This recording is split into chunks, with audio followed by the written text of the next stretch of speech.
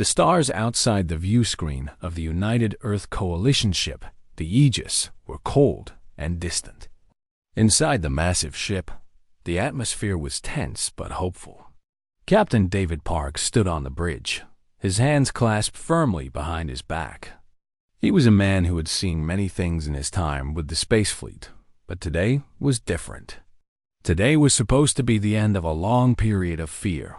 For the last 5 years, humanity had lived under the shadow of a powerful alien race called the Vex. The Vex were tall, insect-like creatures with advanced technology that made Earth ships look like toys. They had arrived in the solar system with threats of destruction, but suddenly they had stopped. They had offered a peace treaty. The galaxy was shocked. The Vex did not make peace. They conquered. Yet, here humanity was, preparing for a historic moment. Beside Captain Park stood Lieutenant Amber Choi. She was young, one of the best communication officers in the fleet, and today her fingers were dancing over her console with nervous energy. "Sir, the signal is strong," Amber said, her voice slightly shaky. "We are linked to the new Seattle colony. The live feed is active. Every ship in the galaxy is watching this." Captain Park nodded slowly. "Good. Let them watch. Let them see that humanity is reasonable." On the main screen, the image changed from the blackness of space to the interior of a massive, transparent dome on the colony of New Seattle. The colony was a beautiful place, a floating city of glass and steel near Jupiter. It was the neutral ground chosen for the meeting. Thousands of humans stood in the plaza, waving flags and holding signs that said, "Peace and Hope." In the center of the plaza stood Ambassador Daniel Kim. He was a civilian, a man of words rather than war. He wore a crisp, blue suit and smiled warmly at the camera. He waited patiently. Around him were ambassadors from other alien species. There were the Krell, a reptilian race, and the small, furry Orions. They were there to watch and make sure the Vex kept their word. Then, the ground shook. 3 massive Vex dropships appeared out of thin air. They had been cloaked, invisible to sensors, hovering right above the dome. The technology was terrifying. The ships descended slowly, landing with a heavy thud that cracked the pavement of the plaza. The crowd of humans gasped, but they did not run. They trusted the truce. They thought the Vex were there to sign the document. The ramp of the center ship lowered. The Vex High Commander walked out. He was a nightmare of sharp angles and dark armor. He did not have a mouth like a human, but a mandible that clicked and chattered. He walked toward Ambassador Kim. "Ambassador, step forward," Captain Park whispered to the screen. On the colony, Daniel Kim stepped forward. He held out a datapad containing the peace treaty. He smiled a brave, diplomatic smile. "High Commander," Kim said, his voice booming over the speakers. "On behalf of Earth, I offer friendship and cooperation." The Vex High Commander stopped in front of Kim. He looked at the small human and the datapad. Then, the alien did something nobody expected. He laughed. It was a dry, scratching sound. That sent chills down the spines of everyone watching on the Aegis. "Friendship?" The Vex clicked, his voice translated instantly by the universal comms. "There is no friendship with vermin." Before Daniel Kim could react, the Vex raised a blaster mounted on his arm.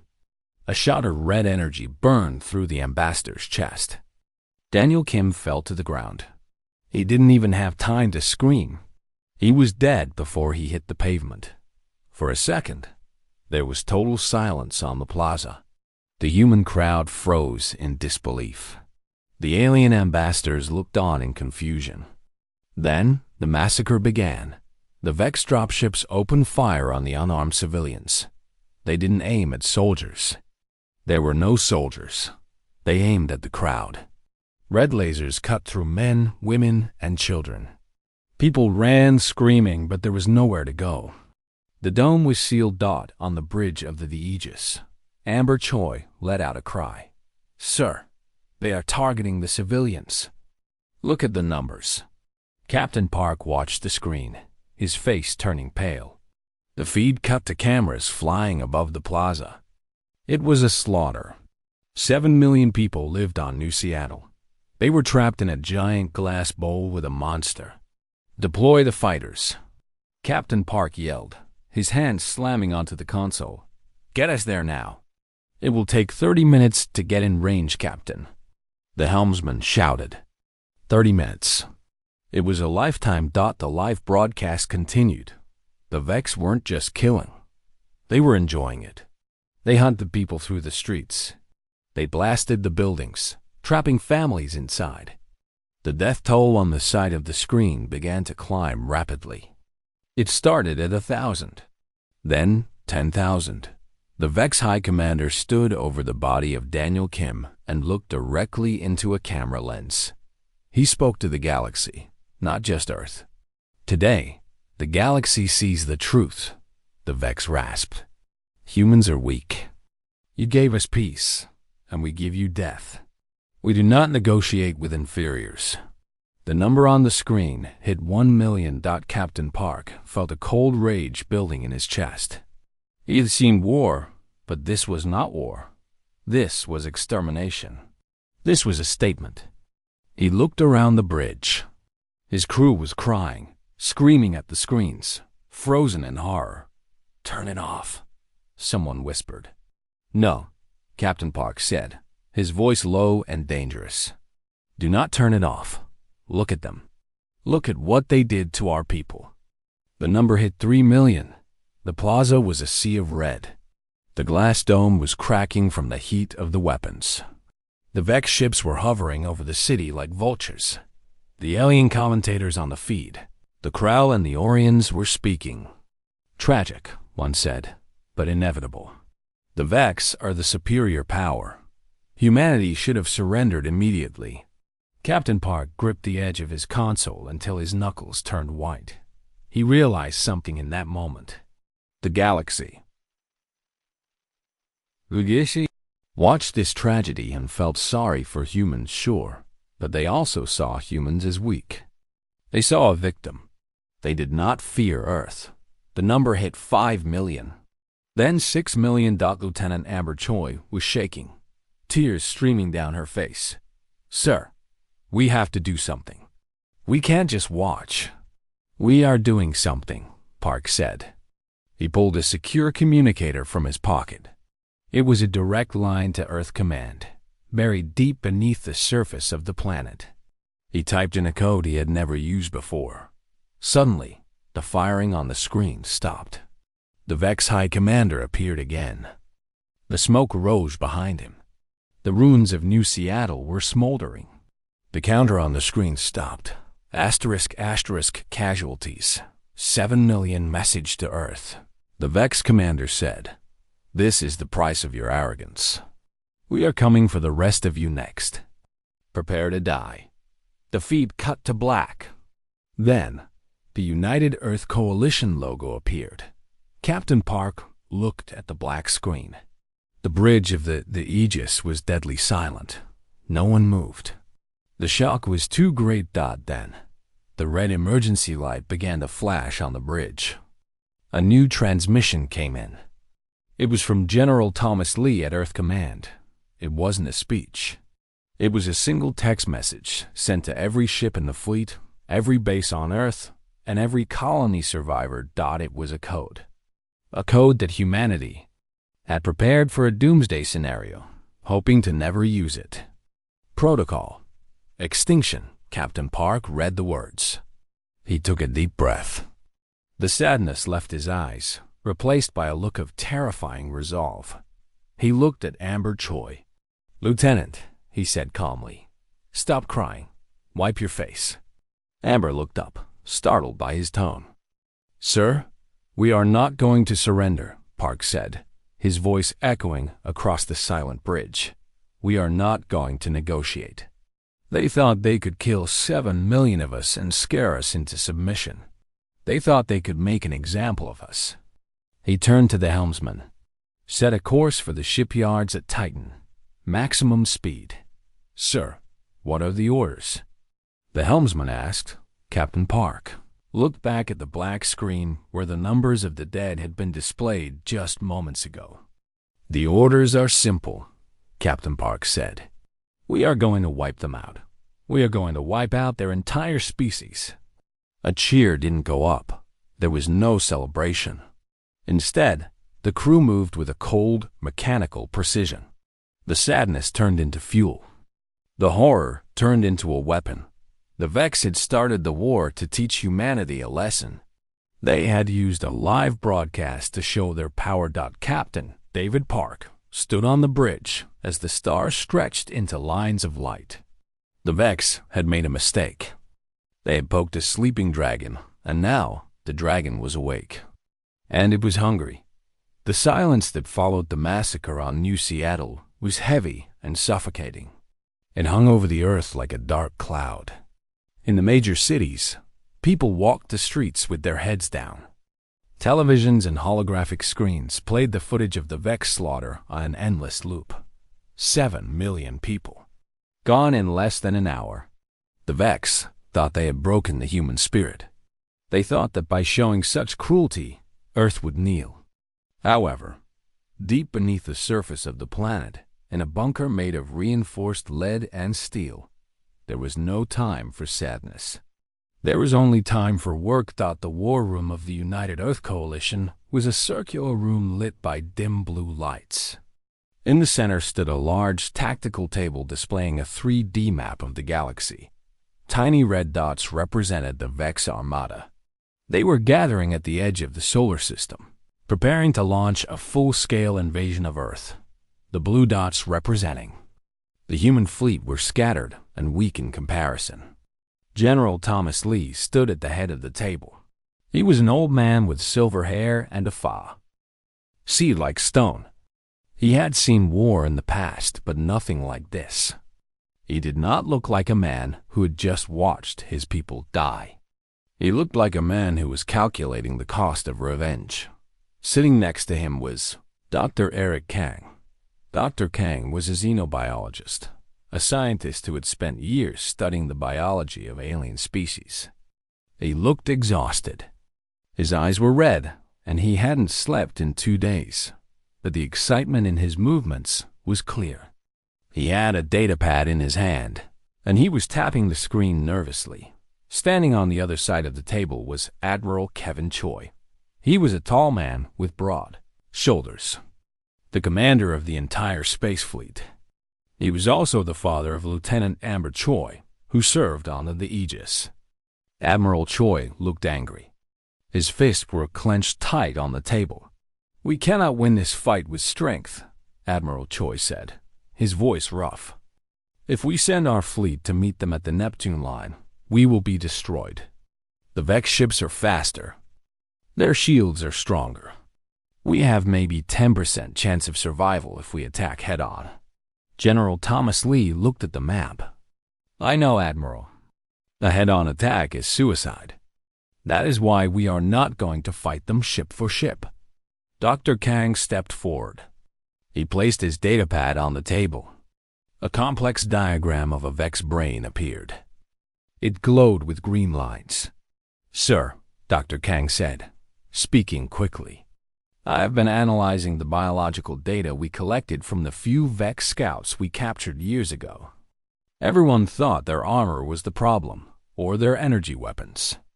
But the Vex have a weakness. It is biological." The room went quiet. Even the staff officers working at the consoles stopped to listen. "The Vex are a hive mind," Dr. Kang continued. "Every soldier is connected to a central consciousness. It makes them efficient. They react instantly because one mind controls all the bodies. But this is also their greatest weakness." General Lee nodded. "Go on." Dr. Kang tapped the screen. "I have found a frequency, a specific type of radiation pulse that disrupts their neural pathways. It is like a computer virus, but for their biology. If we can generate a pulse of this frequency at high enough power, it will fry their brains instantly. It wouldn't just kill the soldiers. It would kill the connection to the central mind. Admiral Choi leaned in. Can we build a weapon that does this? We already have the prototype, Dr. Kang said. It is called the Silent Lance. But it has a problem. The pulse needs to be launched from the Vex home planet, Vex Prime, or at least very close to it. The range is limited by the density of their atmosphere. Vex Prime is on the other side of the galaxy, Admiral Choi said, shaking his head. We cannot send a ship that far. The Vex control the space lanes. They would blow us out of the sky before we got halfway there. That is where the fleet comes in, General Lee said. He walked over to the map. He pointed to the red dots at the edge of the solar system. The Vex are arrogant. They are gathering here to celebrate their victory and prepare for the invasion. They think Earth is defenseless. They are not paying attention to their rear. Lee looked at Admiral Choi. We have a stealth delivery system. A ship that can move faster than light without giving off a heat signature. It is old technology, experimental. We have only one. It can carry the Silent Lance. But the Vex have sensors, Choi argued. They will see it. Not if they are distracted, General Lee said firmly. Not if we give them something else to look at. Admiral Choi looked at the map, then at the general. A realization dawned on his face. It was a terrible realization. You want to use the main fleet as bait. General Lee did not blink. Correct. We will send the entire fleet to engage the Vex Armada at the Neptune line. We will hit them hard. We will make it look like we are desperate.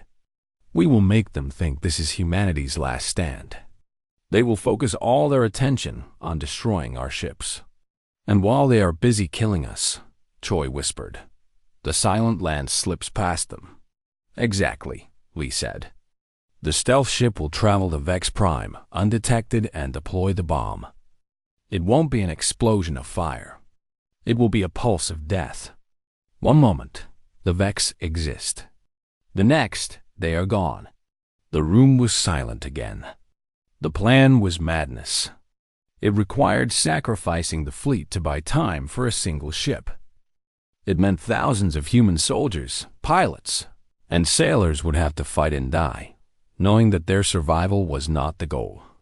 The goal was just holding the line long enough for the weapon to launch. Admiral, General Lee said softly, do we have a choice? Admiral Choi looked at the red dots. He thought about the 7 million people on New Seattle. He thought about his daughter, Amber, out there in space. If they did nothing, Earth would fall. Everyone would die. No, sir, Choi said, his voice hardening. We do not have a choice. I will give the order. Good, General Lee said. We are not fighting for territory. We are not fighting for resources. We are fighting for the survival of our species. And we are fighting for revenge. He turned to Dr. Kang. Is the Silent Lance ready? Dr. Kang nodded quickly. Yes, it is loaded onto the stealth ship, the Shadow, at the Titan shipyards. Commander Andy Kim is the pilot. He is ready. Then we begin, General Lee said. He touched a button on the table. Send the code to all ships. Operation Extinguish is active. Deep in the shipyards near Saturn, the Shadow sat in the darkness. It was a small black ship, shaped like a dagger. Inside, Commander Andy Kim ran his final system checks. He knew he was flying a suicide mission. Even if the weapon worked, getting out of Vex space alive was unlikely. But he didn't care. He had seen the broadcast. He had seen the Vex laugh while they murdered his people. System green, Andy said to himself. He looked out of the small window at the stars. Let's see how you like it. Meanwhile, Admiral Choi sent a transmission to the fleet. All ships form up. We are moving to intercept the enemy at Neptune. Godspeed. On the bridge of the Aegis, Captain David Park received the order. He read the words on the screen. He looked at his crew. Lieutenant Choi, Park said. Amber Choi looked up from her console. She had dried her tears, but her eyes were still red. "Yes, Captain. We have new orders," Park said. "We are going to war. And we are not coming back until the Vex are extinct." The crew of the Aegis looked at each other. They knew the odds. They knew the Vex were stronger. But for the first time, they weren't afraid. They were angry. "Set course for Neptune," Park commanded. "Maximum power." The great engines of the human fleet roared to life. They turned away from Earth and flew toward the darkness of space. They were flying into the jaws of the beast, but they carried a secret that would bite back. The hunters were about to become the hunted. The edge of the solar system was usually a quiet place, a dark void where the sun was just a bright star. But today, it was noisy. It was chaotic.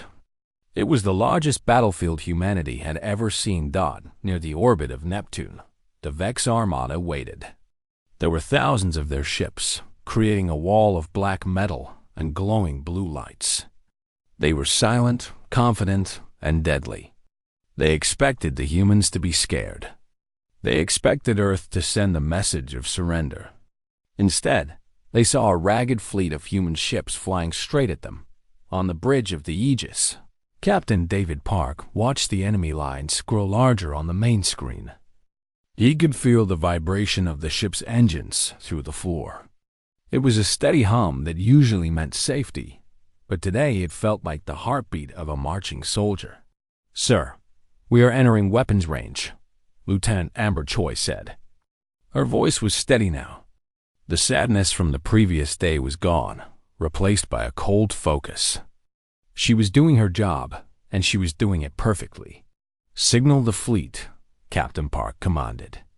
"All ships, break formation and engage. Do not hold back. Fire everything." The human fleet didn't fly in a perfect line like the Vex. They scattered. It looked messy, like a swarm of angry bees attacking a steel wall. Small human fighters zoomed ahead of the larger ships, twisting and turning to avoid Vex fire. The Vex reacted immediately. Their massive ships glowed with red energy as they fired their lasers. It was a terrifying sight. Red beams cut through the darkness, vaporizing human ships instantly. 1 second, a human cruiser was there.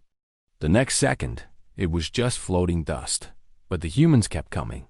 Captain Park watched the tactical display. Blue dots were disappearing rapidly. "Report," Park barked. "We've lost 12 destroyers, sir," Amber said. "The 7th Fighter Squadron is taking heavy losses." On the screen, a small group of human fighters was trying to get close to a Vex destroyer. Leading them was Ensign Jason Park, the captain's son. Jason was young, just 22 years old, but he flew his ship with the skill of a veteran. "Watch out, Jason," Captain Park whispered to the screen, even though his son couldn't hear him. Jason's fighter was hit. A Vex laser clipped his wing. His ship spun out of control, smoke trailing behind him. "I'm hit. I'm hit," Jason's voice screamed over the open channel. "Pull up, Jason. Pull up," a voice shouted back. It was his wingman. Ensign Jason Park didn't give up. He managed to stabilize his ship. Instead of running away to safety, he turned his damaged fighter around. He aimed his ship directly at the engine exhaust of the Vex destroyer that had shot him. "For Mom?" Jason yelled. He slammed his thrusters to maximum. His small fighter became a missile. It crashed into the Vex ship's engine, exploding in a brilliant fireball. The Vex destroyer shuddered and broke apart, unable to handle the damage to its engines. On the bridge of the Aegis, the crew froze for a split second. Captain Park closed his eyes for a brief moment. He felt a pain in his chest that was worse than any laser wound. His son was gone, but he did not have time to mourn. "Not yet. Sir, the Vex are confused," Amber said, her voice breaking slightly as she realized what Jason had done. "Their formation is breaking. They don't understand why we are ramming them. Good, Captain Park said, his voice hard as iron. Keep the pressure on them. Target the flagship. Make them look at us, not at what is behind them. This was the plan. This was the sacrifice. Every human ship, every human pilot was fighting to buy time. While the Vex were busy swatting the annoying flies, the real weapon was moving unseen far behind the battle. Near the moon of Titan, a black ship detached from the hidden shipyards. It was the Shadow, carrying the silent lance. Commander Andy Kim sat in the pilot's seat. He could see the flashes of the battle in the distance, like lightning in a storm. Good luck, everyone, Andy whispered. He engaged the stealth drive. The shadow seemed to vanish, not turning invisible, but bending the light around it so perfectly that sensors could not see it. Back at the battle, the chaos was getting worse. The Vex were getting angry. They realized the humans were not trying to win. The humans were trying to die slowly to keep them busy. The Vex High Commander's ship, a massive dreadnought called the Dominion, moved to the front of the line. It opened its main weapon, a huge cannon designed to destroy planets. It aimed directly at the Aegis. Brace for impact. Captain Park yelled. The beam hit the Aegis. The shields held for a second, then shattered. The ship groaned under the force. Sparks flew across the bridge. Consoles exploded. Several crew members were thrown to the floor. Amber Choi held onto her console, her knuckles white. Shields are down to 20%. Hull breach on deck 4. Captain Park stood his ground. Debris floated around him. The ship was dying, but he wasn't done. Return fire. Target that cannon. Don't let them recharge. The Aegis fired every missile it had left. It wasn't enough to destroy the Vex flagship, but it was enough to damage the cannon. The Vex ship stopped firing for a moment to repair the damage. Lieutenant Amber Choi saw an opportunity. She wasn't just a communication officer. She was an expert in electronic warfare. She began typing furiously on her console. "Sir, I'm hacking their local channel," she said. "Are you crazy?" "They'll trace us," a tactical officer shouted. "Do it," Park ordered. Amber hit the enter key. She took control of the Vex communication frequency. She didn't send a message. Instead, she played a recording. It was the audio from the new Seattle massacre. She played the sound of the Vex laughing. She played the screams of the dying humans. She looped it over and over, blasting it into the ears of every Vex pilot. The effect was immediate. The Vex were a hive mind, but individual soldiers could feel confusion. The sound of their own cruelty turned back on them disrupted their focus. Their flying became sloppy. "Psychological warfare," Captain Park said grimly. "Well done, Lieutenant." The distraction created a gap in the Vex lines. The Vex ships near the back of the formation moved forward to see what was happening with the communication jam. They left the rear guard then. Far away, Commander Andy Kim saw the gap open on his sensors. The Shadow was flying past the battle now, inching closer to the edge of the solar system. "Gap confirmed," Andy said to himself. "I'm going in." He pushed the throttle. The ship jumped into faster-than-light speed, leaving the battle behind. Captain Park watched the tactical map. He saw the blip that represented the stealth ship leave the area. It was safe. It was away. "Hold the line," Captain Park whispered. He looked around his burning bridge. His crew was bleeding, but they were still fighting. Just a little longer. The Vex flagship, the Dominion, roared again, its cannons charging up. The Vex High Commander was finally realizing that something was wrong. He could sense a disturbance in the hive mind. A threat was approaching their home world. He turned his massive ship away from the Aegis. He was going to leave the battle to go back and investigate. But Captain Park wasn't going to let him leave that easily. "Sir, the Vex flagship is turning away." Amber yelled. "Not on my watch," Captain Park said. "Ramming speed. Target the engines of the Dominion. Bring them down." The remaining human ships, seeing the Aegis charging, followed their captain. They threw themselves at the Vex flagship, blocking its path. They were a wall of flesh and metal, refusing to let the monster pass.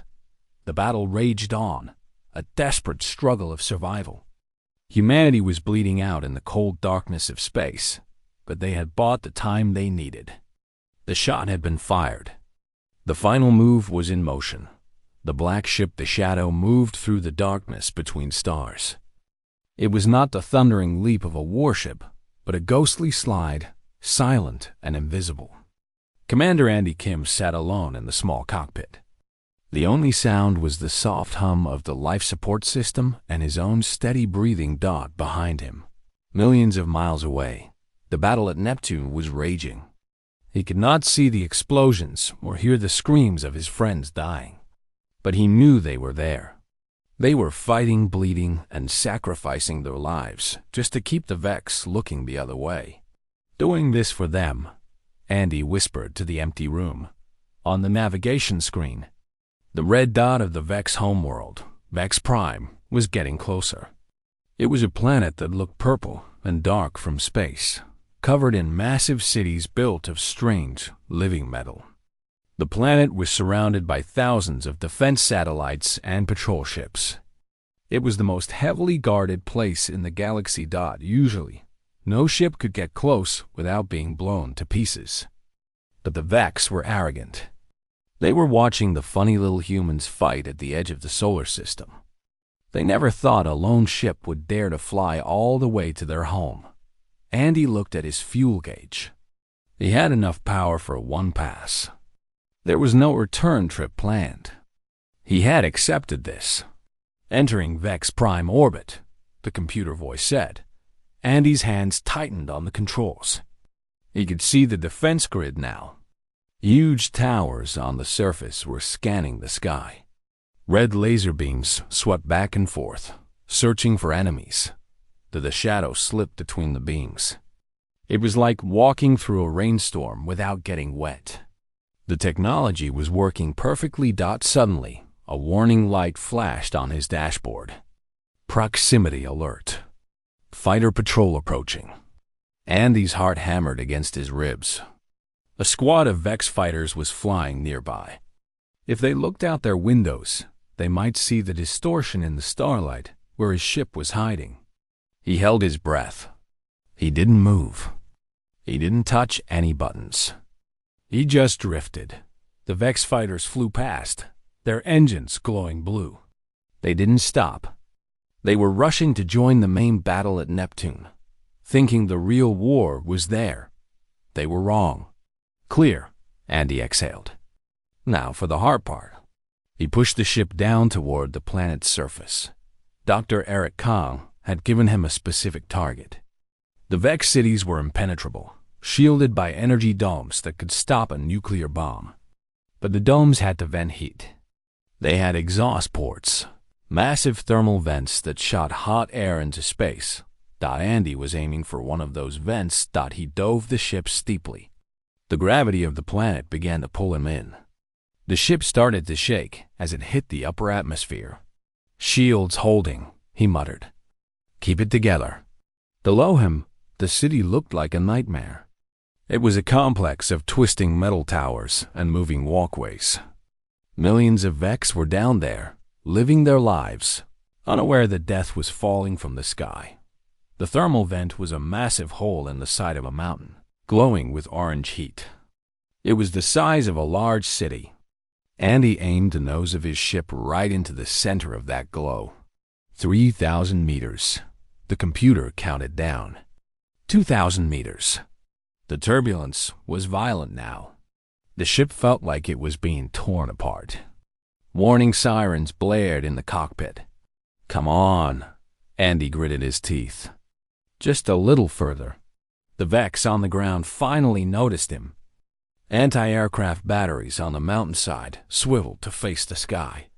They fired green bolts of plasma. They missed, because Andy was flying too fast and too erratically. 1,000 meters. Andy saw the opening. It was a tunnel of fire and spinning fans.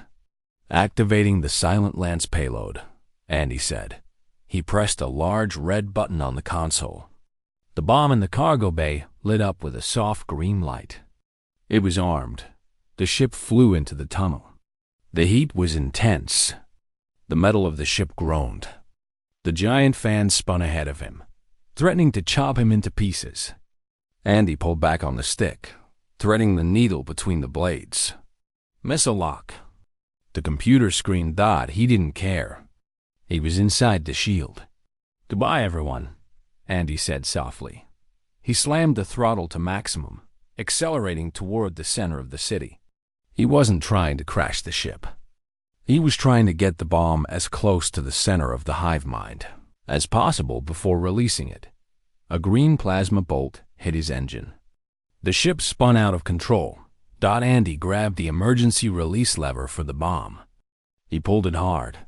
The Silent Lance dropped away from the ship. It fell freely toward the ground, deploying small parachutes to slow its descent. It landed softly in the middle of a busy plaza. Andy's ship, now engineless, crashed into a tower a few miles away. There was a fireball, but it was small. Compared to what was coming, the bomb sat in the plaza. Vex soldiers walked around it, confused. They had never seen a weapon like it. It didn't have a timer. It didn't tick-tock inside the bomb. A small computer sent a signal to a satellite high above the planet. On the bridge of the Vex flagship, the Dominion, the High Commander suddenly screamed. He felt a ripple in the hive mind. He realized too late what the humans had done. He tried to send a signal to shut down the bomb, but it was too late. The Silent Lance activated. There was no explosion. There was no fire. There was no mushroom cloud. Instead, a wave of invisible energy pulsed out from the bomb. It moved at the speed of light, passing through walls, through shields, and through armor. It was the frequency that Dr. Kong had calculated. It was the sound of death for the Vex. The wave hit the nearest Vex soldiers. They froze instantly. Their glowing eyes went dark. They fell over like statues. The wave expanded. It hit the city. Millions of Vex dropped dead in seconds. The towers, which were partly biological and connected to the hive mind, went dark. The lights flickered and died. The wave continued outward, covering the entire planet. It swept across oceans and mountains. It killed soldiers in their barracks and workers in their factories. It reached the orbiting defense satellites. The ships in the sky lost power and drifted, their crews dead. On Vex Prime, silence fell. It was a total, absolute silence. The screaming metal of the city stopped. The chatter of the hive mind vanished. 7 million humans had died with screams. 3 billion Vex died in silence. Back at the battle near Neptune, the change was instant. Captain David Park was watching the Vex flagship, the Dominion. It was just about to fire its main cannon at the heavily damaged the Aegis. Suddenly, the Vex ship stopped. The glow from its engines faded. The massive cannon powered down. On the tactical screen, the thousands of red dots representing the Vex fleet turned gray. They stopped moving. They stopped firing. What is happening? Lieutenant Amber Choi asked, her voice full of confusion. They are powering down? Captain Park looked at the main viewer. The Vex ships were just drifting in space like empty ghosts. Sir, I am reading no life signs on the enemy ships, Amber said, her eyes wide as she checked the sensors. None. It's like they just turned off. Captain Park let out a long breath he felt he'd been holding for days. He leaned heavily on the railing of the bridge. He looked toward the distant stars where Vex Prime was located.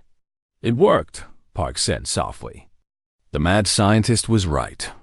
Around the Aegis, the surviving ships of the human fleet floated in the wreckage. They were battered, burning, and broken. But they were alive, On the bridge, the crew stared at the screens. They expected the Vex to fight until the end. They did not expect the enemy to just fall over dead. "They are gone," Amber whispered. "They are really gone." The fleet waited in silence, floating among the stars. The rage that had fueled them was gone, replaced by a strange, quiet awe.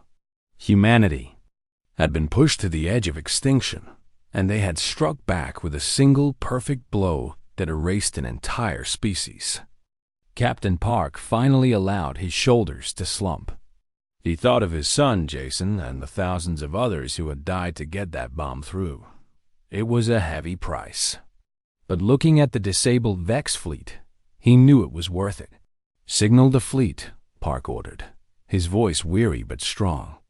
"Ceasefire, and begin the search for survivors." The bridge of the Aegis was quiet, but it was not the peaceful silence of sleep. It was the heavy, ringing silence that follows a great storm. The red emergency lights still cast long shadows across the room, and smoke hung in the air like a thick fog. Sparks hissed from broken panels on the wall, but nobody moved to fix them. They were too exhausted. Lieutenant Amber Choi sat at her station, staring at the large main screen. Outside, the massive Vex fleet floated in the darkness of space.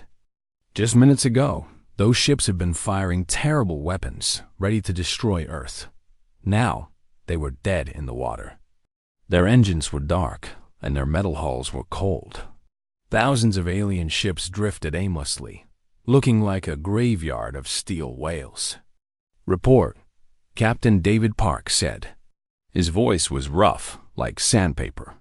He stood by the captain's chair, holding on to the back of it to steady himself. Amber blinked a few times, forcing herself to focus. She tapped the keys on her console, bringing up the sensor data. "Sir, all Vex ships. They are completely inactive. There are no energy signatures, no life signs." She paused, looking closer at the numbers. "It's not just the ships, sir. I am picking up signals from across the galaxy.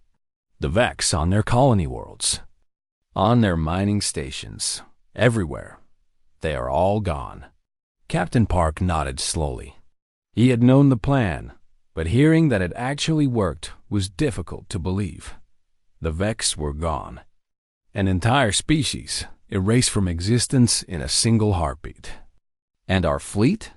Park asked. The bridge crew looked down at their feet. The mood, which had been relieved a moment ago, turned sad again.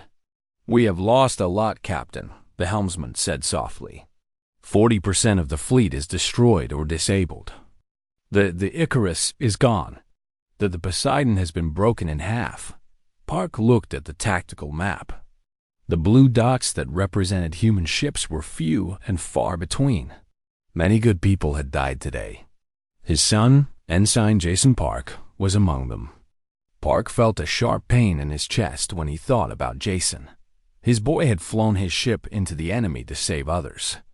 Park was proud, but his heart was broken. "But we are still here," Park said firmly, looking around the room. "We are still breathing, and Earth is safe." On the main screen, a new transmission feed opened. It came from Earth Command, deep beneath the planet. General Thomas Lee's face appeared. He looked tired, but his eyes were bright. "Captain Park," General Lee said, "we have confirmation. The Vex are extinct. The Silent Lance did its job." "Yes, sir," Park replied. "The enemy fleet is neutralized."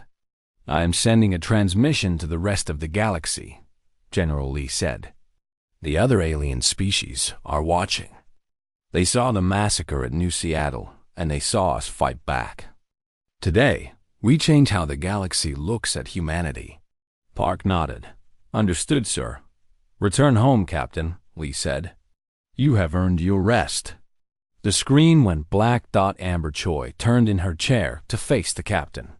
"Sir, the Krell ambassador is hailing us. He wants to know why we aren't surrendering." Park stood up straight and smoothed his uniform. He walked to the center of the bridge, put him on. The face of a reptilian Krell appeared on the screen. The Krell looked confused and a little scared. "Human vessel," the Krell hissed. "We saw the Vex die. How did you do this? You are primitive. You should have been destroyed." Captain Park looked at the alien without fear. "We are not primitive, Ambassador, and we do not surrender. We do not start wars, but we finish them."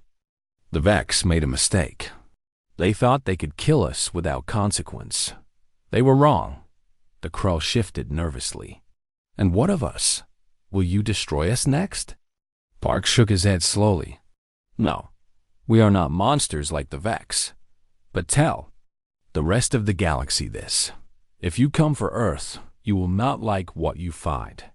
We are peaceful, but we are capable of anything if you threaten our families." The Krell gulped and nodded. The transmission ended.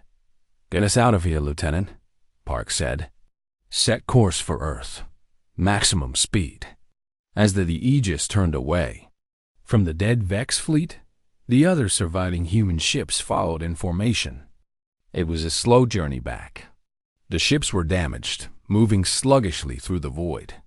But the spirits of the crews were high. They had survived the impossible. 2 days later, the fleet arrived in Earth's orbit.